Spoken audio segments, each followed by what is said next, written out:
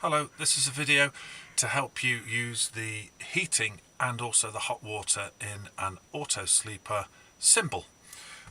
Okay, if we head up to the corner there, that's probably about as far as you need to go. Right, this particular vehicle's got a Carver P4 heater in it, and the P4 heater in actual fact, if you have a look down here, is located down here. That's the inlet vent for it, so you should never keep that blocked, and that is the outlet vent, and if you push that flap down there you won't get any air out, so that needs to be there. So basically inlet, outlet, controls up the top here. The actual heater itself is in a box under the seat. Right, it's very simple. You quite literally press it once and the fan will come on.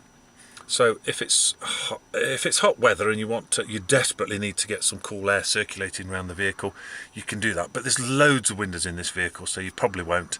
And if you're stuck in a festival for 3 days or 4 days, don't use your leisure battery, because that'll just kill it. So we've got a low heat setting and a high heat setting. So the fan's on at the moment. We want the hot blown air heating. So we push that on. That should now light it up for us. Once it's sparked up, you'll find that this dial, that's low.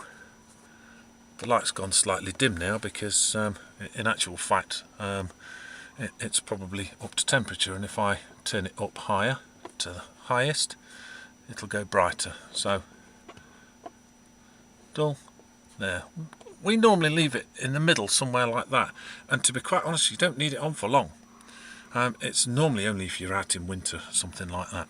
And if you are out in the depths of winter in January, like we are at the moment, pop it onto number 2, and that will give you a real good burst. And it takes, I'd say, between 5 and 10 minutes to get this vehicle warm. And once you're in bed, it's all snug anyway. So that's as simple as it is, really. Just leave that on there, and then you just press it again for off. So it's one on, that one, and that one.